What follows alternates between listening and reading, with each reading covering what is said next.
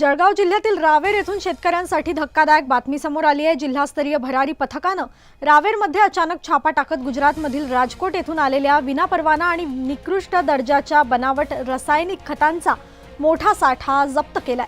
छोरिया मार्केटमध्ये उभ्या असलेल्या ट्रकमधून तब्बल 28 बॅग्स बोगस विद्राव्य NPK खत आढळून आले। विशेष म्हणजे हे खत कोणत्याही अधिकृत विक्रेत्याशिवाय थेट शेतकऱ्यांना विकण्याचा प्रयत्न करण्यात येत होता। या प्रकरणी 2 कंपन्यांविरोधात गुन्हा दाखल करण्याची प्रक्रिया सुरू असून ट्रक व खतांचा साठा पोलीस ठाण्यात जमा करण्यात आलाय।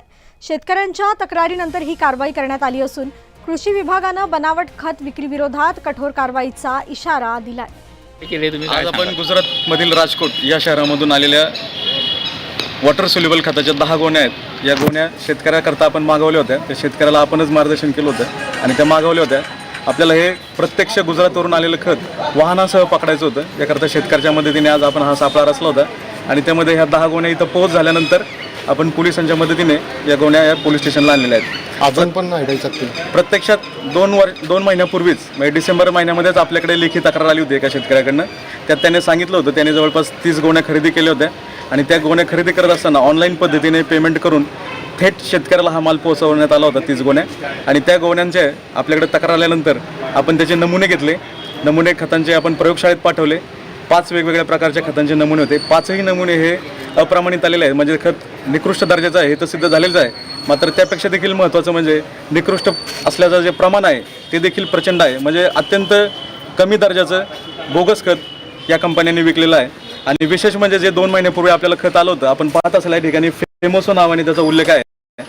तर हे जे फेमोसो कंपनी आहे, आपण अंकलेश्वर म्हणजेच भरूच जिल्ह्यातलं हे एक इंडस्ट्रियल हब आहे खतांचं। त्या ठिकाणी आपण भरूचचे जे तिथले कृषी उपसंचालक आहेत त्यांना पत्र पाठवलं होतं आणि या कंपनीच्या अनुषंगाने चौकशी केली होती। तर प्रत्यक्षात ही कंपनी अस्तित्वातच नाही आहे। मग त्याला परवाना असल्याचा, विक्री परवाना असल्याचा, उत्पादन परवाना किंवा विक्री परवाना असल्याचा प्रश्न नंतरचा, प्रत्यक्षात ही कंपनीच अस्तित्वात नाही आहे असं त्यांनी आपल्याला अहवाल दिला। आणि जे प्रयोगशाळेला आपण पाठवलं होतं ते देखील अप्रमाणित आलेलं आहे। मग हे तिथं स्पष्ट झालं होतं की हे अप्रमाणित आणि अवैध असणारं निकृष्ट दर्जाचं खताचं इथं प्रत्यक्षात थेट शेतकऱ्याला विक्री केलेली आहे, कुठल्याही प्रकारचा परवाना नसताना। फक्त आपल्याकडे त्यावेळेस स्ट्रॉंग एव्हिडन्स नव्हता, सबळ असा पुरावा नव्हता की हे खत प्रत्यक्ष गुजरातमधूनच पाठवण्यात आलेलं आहे। याकरता आपण गेले 2 महिने सातत्यानं शेतकरी जे आहेत आपले उदयभान पाटील यांच्या मदतीने त्या कंपन्यांच्या संपर्कात होतो आणि त्या कंपन्यांकडून हे खत प्रत्यक्ष मागवण्याचा आपण सापळा रचला होता आणि आज ते प्रत्यक्षात खत आपल्याकडे पोहोच झालेला आहे। त्यांनी ऑनलाईन पद्धतीने पेमेंट केलेलं आहे। त्या ज्या कंपन्यांचे प्रतिनिधी आहेत त्यांच्याशी जे काही त्यांनी संवाद साधलेला आहे तो देखील व्हॉट्सअपच्या माध्यमातून साधले